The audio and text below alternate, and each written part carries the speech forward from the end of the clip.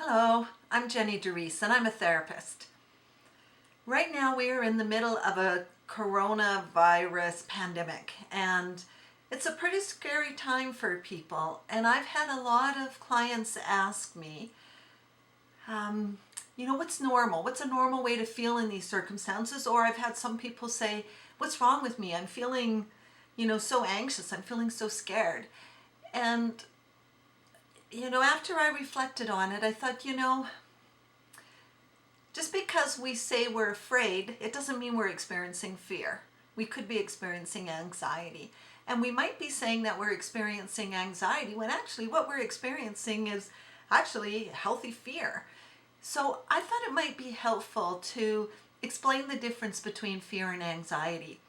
So fear is a physiological response to an imminent present danger. And in that physiological response, we get hyper alert, hyper vigilant. Our senses get stronger. We can hear better. We can see better. We've got more energy. We're just really hyper alert. And the whole purpose of fear is to prepare us for danger. And so when you think about it, feeling fearful of the coronavirus is actually pretty healthy. And it's what makes us wash our hands several times a day. It's what's keeping us at home.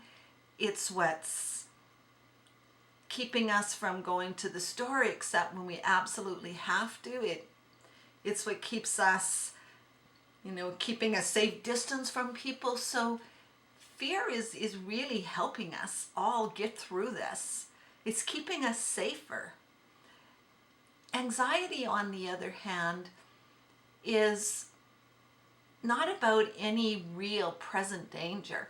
Anxiety is when you generate for yourself all of those emotions as if you had a present danger, when really it's only coming from your thoughts, because you keep thinking about what if this happens and what if that happens, and you keep yourself in this constant hyper vigilant, hyper alert state long after any danger has passed, or maybe in some cases before any danger has even happened. And we're not meant to sustain that hypervigilant feeling for long periods of time. We're meant to sustain it for very short periods of time so that we can deal with the present danger and then go back to being happy and joyful. And so when you're at home,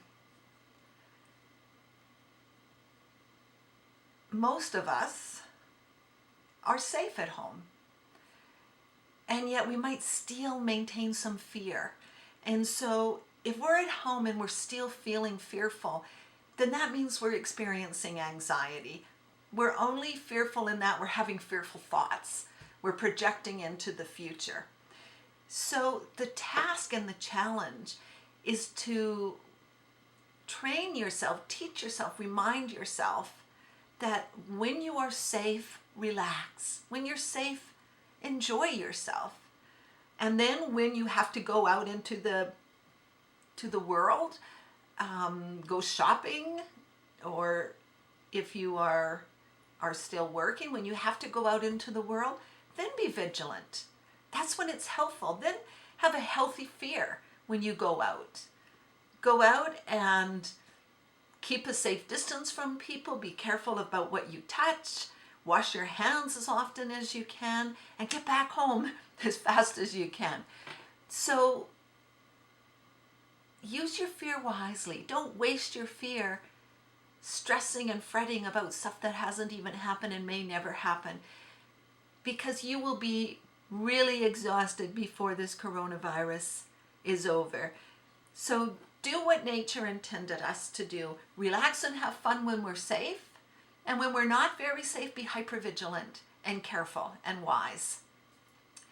And if you have trouble letting go of those anxious thoughts, as many of us do, you may need some extra help to learn some skills and some strategies to help you train your mind to stay in the present.